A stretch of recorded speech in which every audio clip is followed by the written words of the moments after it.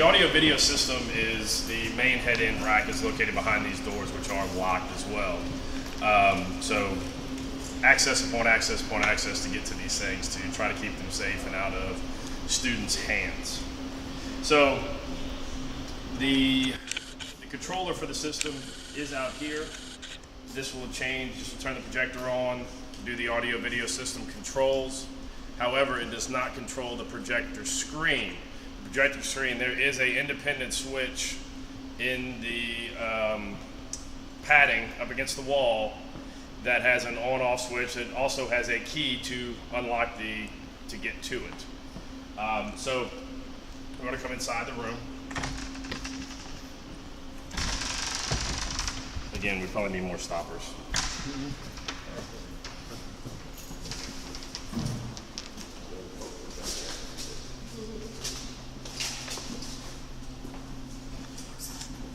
If the system is being used for only projection and projection from a laptop, then this rack will never need to be accessed.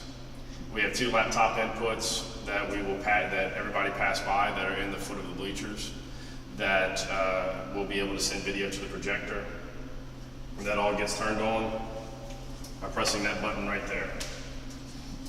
When that button is pressed, it turns on all the equipment inside this rack. So again, if there is not a need to use, or just doing a projection, or, take that back there, we do have 4 wired microphone locations, or actually 6 wired microphone locations in the bleachers, and then each one of the 4 corners where they can plug in a microphone and use it for a presentation. However, inside the equipment rack, we do have wireless microphones inside of a drawer here. Wireless.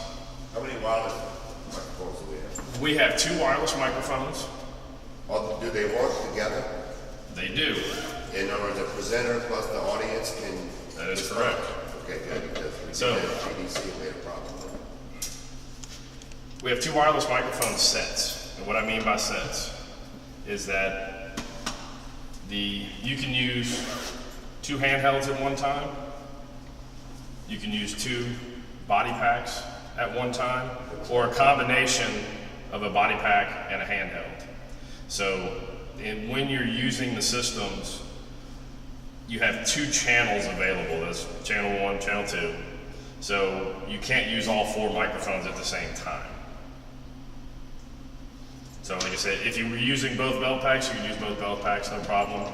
The belt packs have ear microphones, so when somebody would put it in, again, they can just put it on, move it towards their face, bend it a little bit, and you can talk into it very easily. To be if you had a big presenter coming in that wanted to use the microphone. Is that expandable, or will we only be able to use 2 at a time? At this point, there is only 2 available, but if there were to purchase more microphones, it could be done.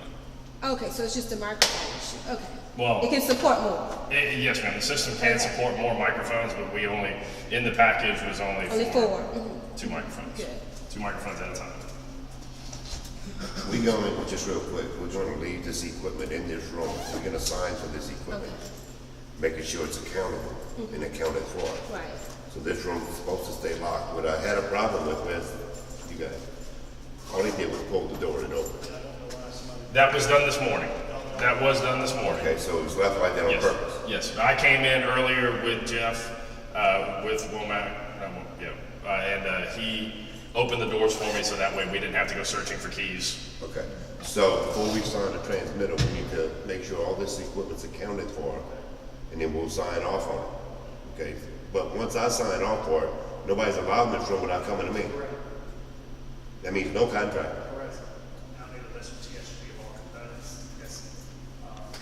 You know, and I don't want to do that, but I don't want to have to be responsible for equipment that can walk off with a bunch of people still on site. And then there's a separate key to get into the... Absolutely, there's a key on that box. Which we already have access. I had to get the keys from them this morning and sign off on the keys. We're going to transmit keys over to Ms. McCann soon. Once I transmit keys to Ms. McCann for this site, I'm no longer involved. comes here, how long they stay, or whatever it is they do. We're trying to keep control as long as the contractor on site of who comes on site, because one, I don't want the contractor being blamed, and I don't want to take responsibility for stuff that I don't want. But, so we have to kind of keep control. Once I turn this over to EBR, which is the Miss McCann and her staff, we're out of, contractors out of it. That's why we need to make sure that every piece of equipment's accounted for before I sign off on it. Sounds like a long process, but this is expensive stuff, so. Very expensive stuff, and we don't want it to walk off. So, yes, ma'am. Go ahead. Well, I'm sorry to interrupt, but what exactly is in there? Like, Okay. equipment? And what is this called?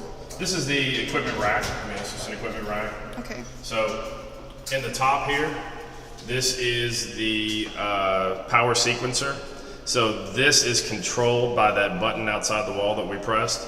This turns on all the equipment in a certain sequence so that it does not blow anything. So it turns on the microphones first, it turns on the video processor second, turns on the amplifier third. And when you turn it off, it turns the amps off first, and it slowly sequences back to make sure that we don't have any power surges to pop any transformers or fuses. And that's where you're turning the entire system on? This just stays in the remote position, because being in the remote position means that it is controlled by the remote control on the wall. Okay. This right here is an assisted listening device. So this is a transmitter that transmits out to a belt pack that can be worn with a headphone for people who who are hard of hearing, so they could have the ability to listen to any programs or anything that is presented over the PA system. Below that, we have our two microphone receivers, and they are set to their frequencies right now. These right here. Yes, these are your microphone receivers, channel 1 and channel 2 here. Okay. The Nexia CS, the biamp, is the microphone or audio processor. So this is the device that routes the signals as well as make sure that the signals don't feed back.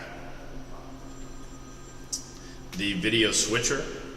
This switches the video from the two input plates that we have that are on the front of the bleachers and switches them to the projector. This is the power amplifier for the speakers.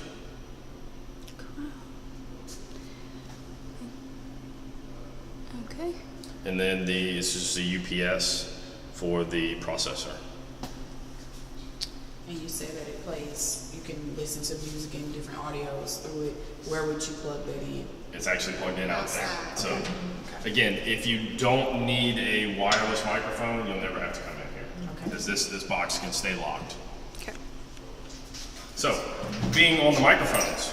Yes, sir, go ahead. It's my understanding that it's one volume. You cannot control the volume. Like if someone's on the mic and it's someone speaking that's going to be set at one volume, that you won't be able to manipulate that. No, that's incorrect. Right here, this box right here, it's kind of styled after an iPad. Okay. Or an older iPod. But if you look here, you've got wireless mic 1, wireless mic 2, and you press on the button right on the inside, and then you can adjust the levels of the independent inputs. So if you wireless mics all the way down through microphone 8, and then they have the bleachers line and the laptop line, which are the two audio inputs that are on the bleachers themselves. Okay. So yes, there is a maximum level that everything is set at, but you can control the independent levels here. Okay. So being familiar with a mixing console, so we've got our main, it's up to a certain level, and then we can adjust the faders on those via this controller up to that certain level. Absolutely. Okay? Okay, thank you. Until she tells me we're going to move to the next place.